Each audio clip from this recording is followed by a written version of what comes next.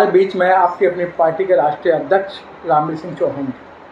चौहान साहब, फिर पंचवर्षीय बाजार स्टार्ट हो गया है, लोग बड़े पैमाने पर तैयारियों पे लग रहे हैं और कई राज्यों में चुनाव हो चुके हैं और कई राज्यों के अंदर नॉमिनेशन हो चुके हैं। तो आपकी अपनी पीपल्स पार्टी क्या तैयारी कर रही है, जैसे दिल्ली के मात्र अब 2.5 या 3 महीना रह गया है चुनाव का? देखिए, हम लोग लगातार प्रयासरत हैं और दिल्ली में पिछली बार हमने 15 सीटों पे विधानसभा चुनाव लड़ा था। हम अब की बार अपनी संख्या को बढ़ाएंगे और उसी दिशा में हमारे कार्यक्रम चल रहे हैं। हमने नरेला, बुराड़ी और तिमारपुर के कैंडिडेट लगभग फाइनल कर दिए हैं और बाकी विधानसभाओं में हमारी तैयारी चल रही है।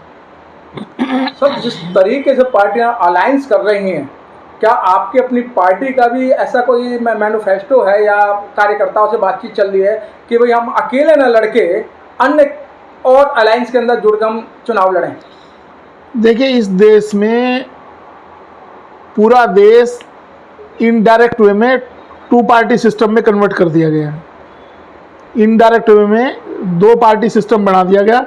एक वो जिसका नेतृत्व कांग्रेस कर रही है इंडिया के नाम से, और दूसरा जिसका बीजेपी नेतृत्व कर रही है एनडीए के नाम से।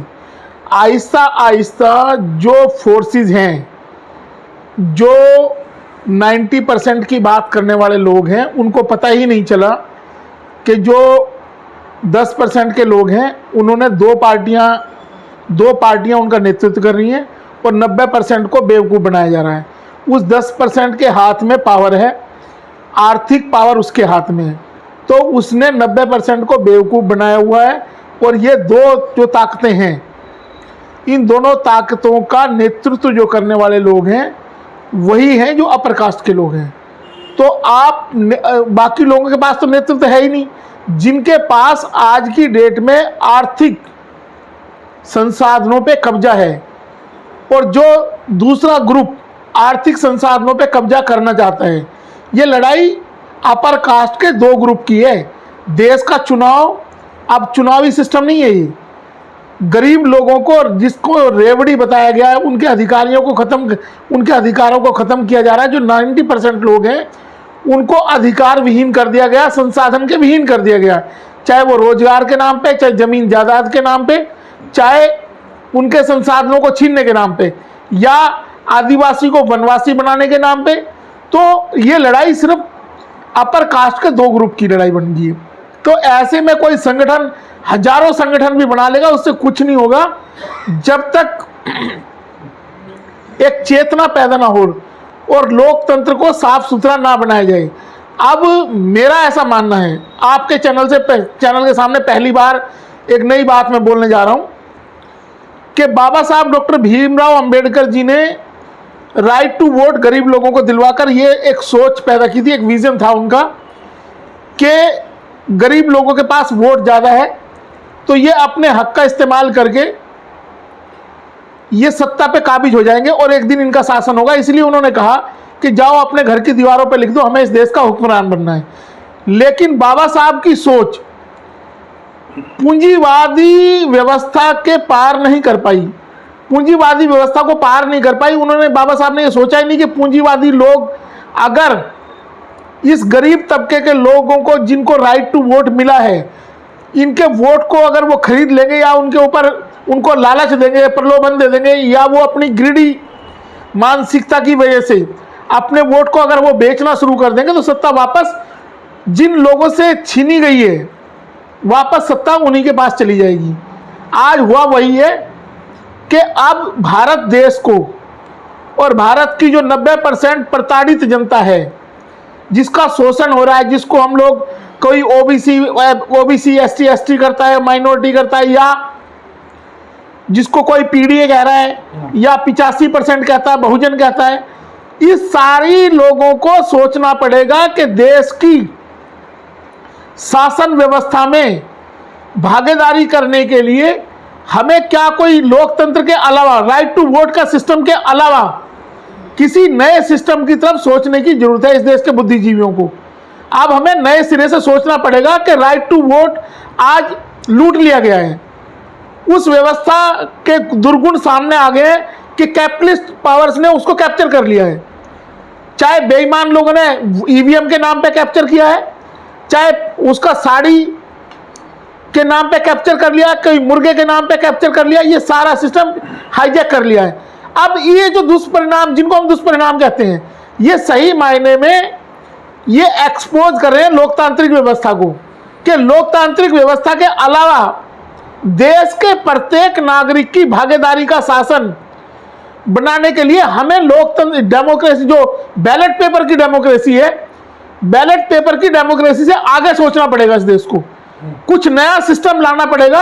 अब ऐसा लगता है कि वो वक्त आ चुका है। इसके लिए 90% लोगों को, जब तक ये 90% लोग संसाधनों के लिए काम नहीं करेंगे, तब तक इसी तरह की व्यवस्था बनी रहेगी। और हम बार बार कहते हैं, बाबा साहब की जो लास्ट स्पीच थी पार्लियामेंट के अंदर, उन्होंने कहा कि हम राजनीतिक तौर पे संविधान सौंपते, उन्होंने कहा था कि राजनीतिक तौर पे तो हम बराबरी, पॉलिटिकल वैल्यू तो हमारी 1% 1 वैल्यू होगी है, लेकिन आर्थिक और सामाजिक रूप में हम लगातार पिछड़े हुए रहेंगे। ये गैर बराबरी की व्यवस्था रहेगी। अगर ये अनइक्वालिटी लंबे टाइम तक चलेगी तो ये पॉलिटिकल इक्वालिटी खत्म हो जाएगी, मतलब इसका कोई मतलब नहीं रहेगा। तो जो बाबा साहब का विजन था वो आज, लेकिन बाबा साहब ने उसके बाद का विजन नहीं बताया कि अगर ये खत्म हो जाएगा तो आगे क्या व्यवस्था होनी चाहिए। इसके बाद बैलेट पेपर की व्यवस्था अगर फेल हो रही है, ईवीएम के थ्रू फेल हो रही है, किसी भी डिमेरिट्स की वजह से फेल हो रही है, तो अब इस देश को, देश के थिंकर्स को नए तरीके से सोचना पड़ेगा कि लोकतंत्र को किस तरीके, या तो लोकतंत्र बनाना है तो किस तरीके से बनाना है, या इससे बड़ी कोई व्यवस्था इजाद करनी पड़ेगी ताकि हर आदमी अपने आप को देश से जोड़ सके, अपने अधिकारों से जोड़ सके, और शासन व्यवस्था का जो दुष्चरित्र देश की जनता के सामने जो शोषण जो हो रहा है, और पूंजीवादी जो कैपिटलिस्ट वर्ल्ड ने पूरा का पूरा कैप्चर कर लिया है भारत के 140 करोड़ लोगों को। सर, बात वहीं आती है, कांशीराम साहब को या बाबा साहब डॉक्टर भीमराव अंबेडकर को कब तक ढोते रहेंगे सर? अब वो वापस आने वाले नहीं हैं। आप पार्टियां क्या कर रही हैं? मैंने आपको जो बताया कि मैं तो ढोने की बात ही नहीं करी।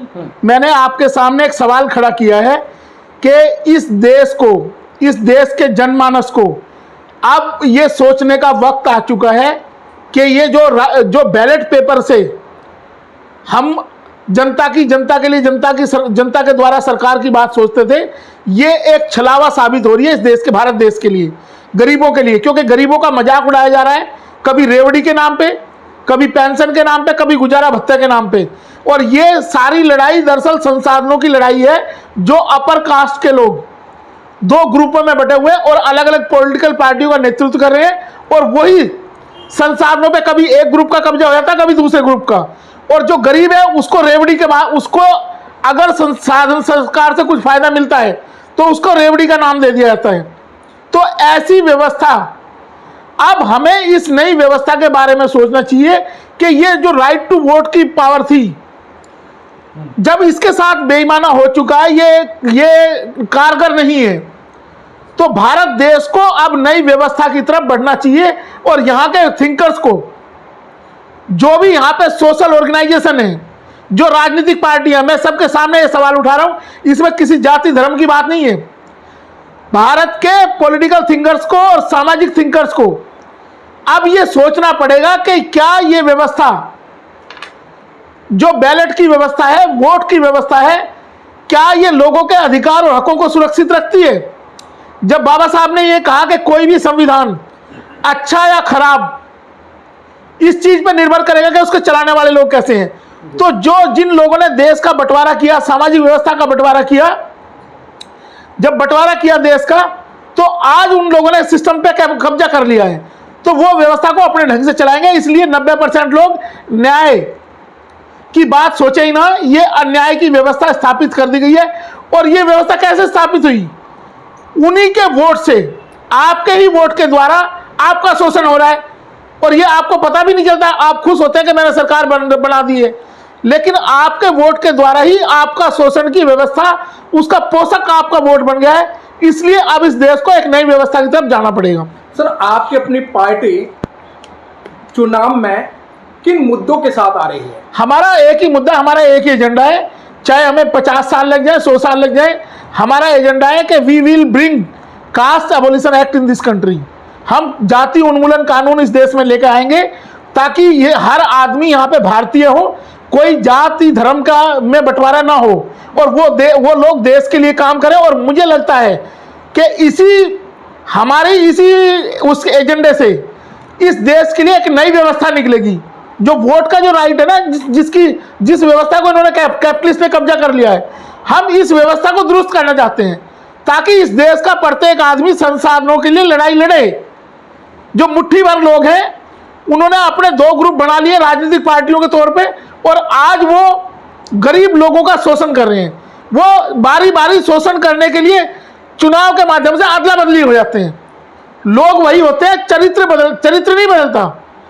सिर्फ एक ग्रुप इधर, एक ग्रुप उधर, एक सत्ता में एक विपक्ष में, लेकिन व्यवस्था वही है।